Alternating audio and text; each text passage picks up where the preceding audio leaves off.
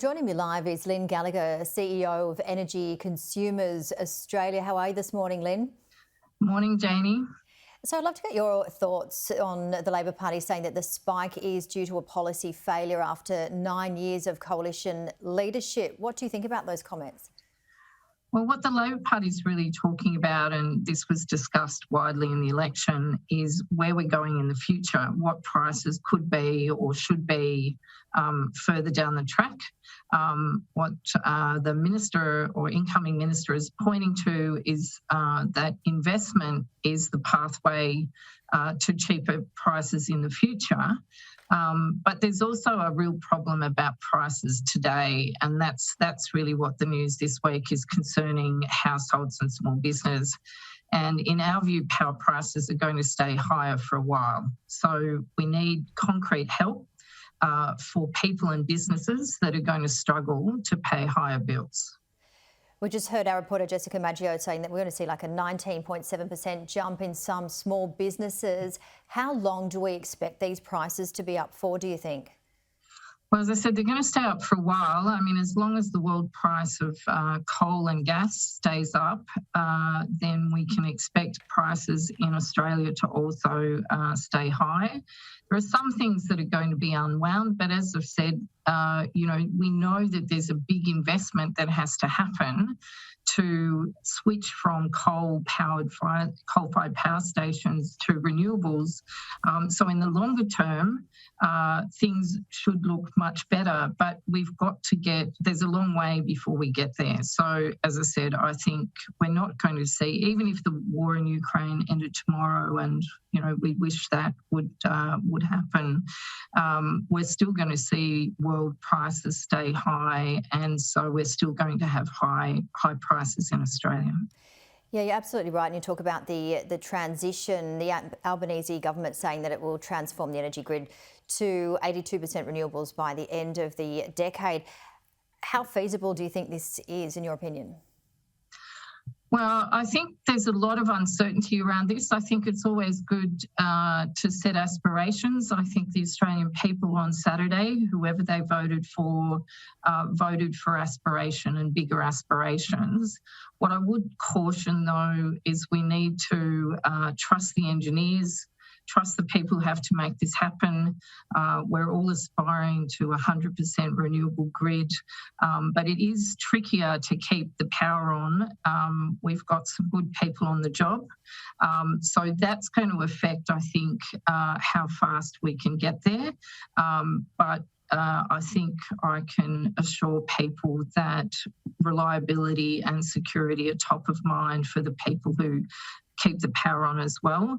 No one's ever done this before.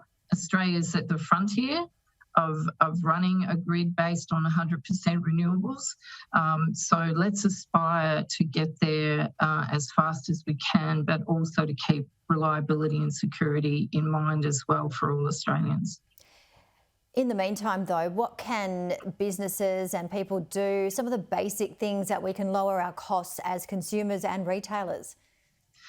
Well, the first thing you can do is make sure you're on the best offer. Obviously, prices are going up across the board, but there are discounted offers off these default offers. So if you can get your bill, look at Energy Made Easy, which is the independent site that has all the retail offers in the market. See if you can get a better deal from your existing retailer. Simply call them and say, I'd like a better price. What's your best offer? If they won't give it to you, do shop around. I'm conscious for many small businesses, they rent their premises. There's not a lot they can do to actually change their energy use. But a whole lot of things, the wisdom we learnt from our grandparents' generation is something that we can all apply, both in our business and in our home. Don't have cold air running into your house. Use door snakes, heat the fewer rooms. All of those things are very, very important to bring down bills. I'd also say to people too, as we've seen in the pandemic, a lot of people have struggled in the past 2 years with their bills. They already have debts. retailers are obliged to help people and to ensure that they're on a payment plan or some hardship assistance.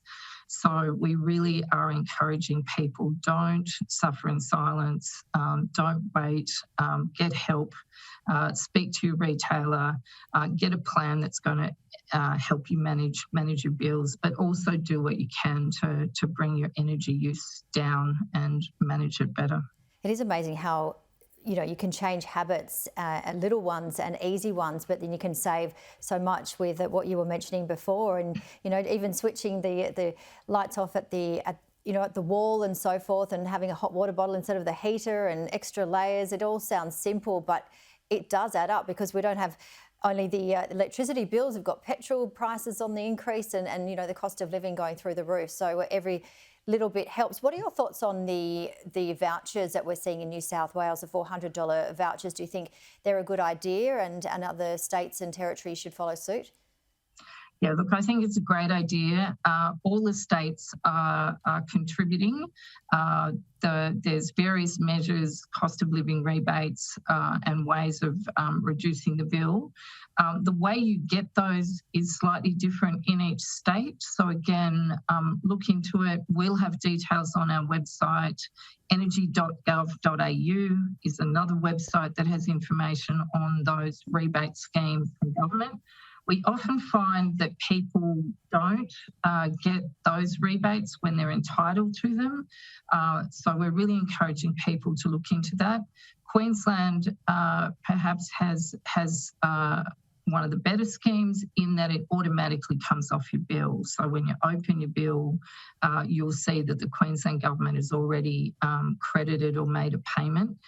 But other states have good schemes. It's just that the people have to apply for them and make sure they get them. So we'd be encouraging people to do that as well.